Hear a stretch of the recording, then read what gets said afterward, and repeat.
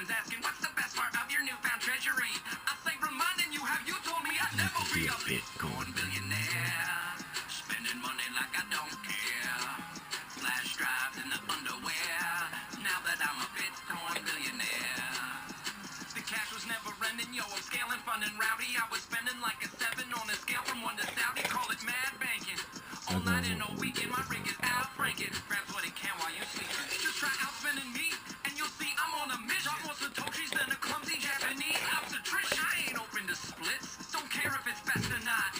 Opposing forks like a Chinese restaurant. From geek to chic, from basic to ASIC. I went from basement squatting to yachting, from basin to basin. Went from no friends in depression to peer-to-peer legend.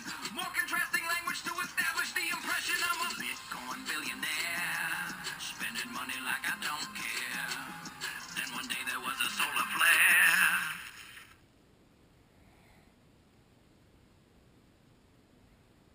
I was a Bitcoin billionaire. Spending money like I don't care.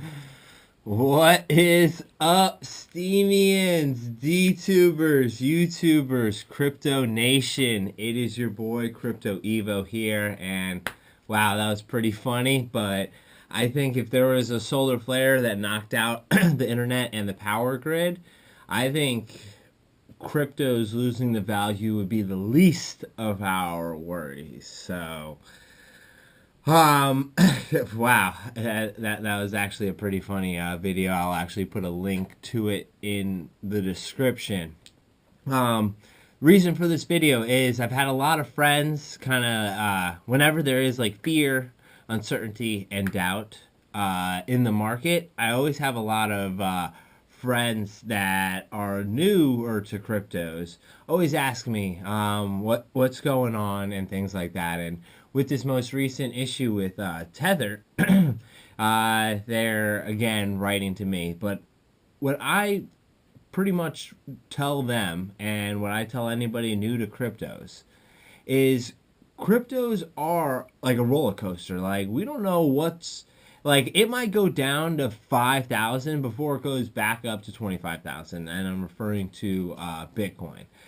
And all the other altcoins and everything like that will follow in the same suit. So you can't really be somebody that's like chasing the market. And I know everybody was wanting to get on board when they saw it going up by $1,000 a day from 15,000 to 17,000 all the way up to like $20,000. So a lot of people probably did get on board and got in on the top. And if you are one of those people, I still think 20,000 is a good price for Bitcoin. But if you're able to allocate any more money now to cryptocurrencies or Bitcoin, do it, because then your average price is gonna be cut in half, or depending on how you do it, it's gonna be drastically, your initial investment is gonna be obviously more, but your buying price of where you bought into is gonna go down lower.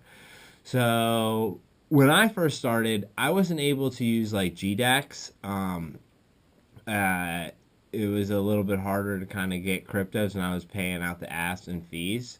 So what I recommend now for people is just put a little bit of cash to your GDAX account, which GDAX is actually the sister account or sister company to Coinbase, or the link, the same thing. So if you have a Coinbase account, you have a GDAX account. So they're just not as user friendly of a dashboard, but they're pretty much free to trade and pretty much free to transfer your coins off their platform. So I would highly recommend you put your money on there, and don't wait for like the market to go down, because as you see, cryptos don't really wait for anybody.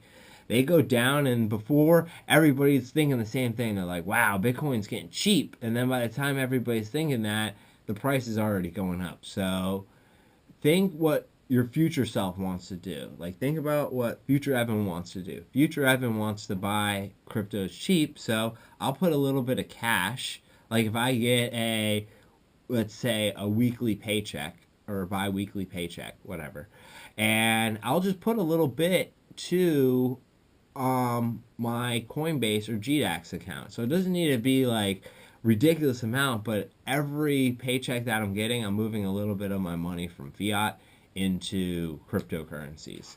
And GDAX is a great site to do that with because you can set limit orders. So I don't need to be somebody that's watching the market 24/7.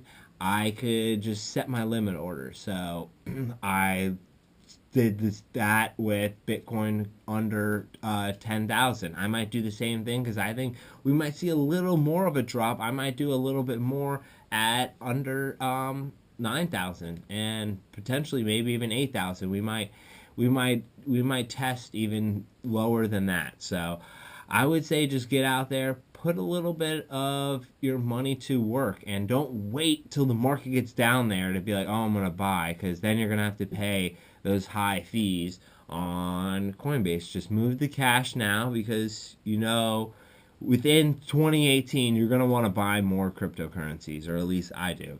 So let's move that money now and let's make that fiat work for us in cryptocurrencies. So last thing, what I wanted to say is what I do. If the transfer cost is too expensive to move like your Bitcoin to an exchange, like let's say you wanted to buy something on an exchange, I use Dash, and Dash is very cheap, very fast, and I move it over to my exchange, and then I sell my Dash for Bitcoin. So I kind of use that utility of Dash as being a cryptocurrency that's very low in transaction fees and very fast in how fast it processes. So that's what I use, and then I try eventually to buy more Dash because I think Dash is going to be a really good coin down the road as well. All right, Steemians, Dtubers, YouTubers, Crypto Nation, this is Evo out, and be rational and put some limit orders in and make that fiat work for you. All right, Evo out.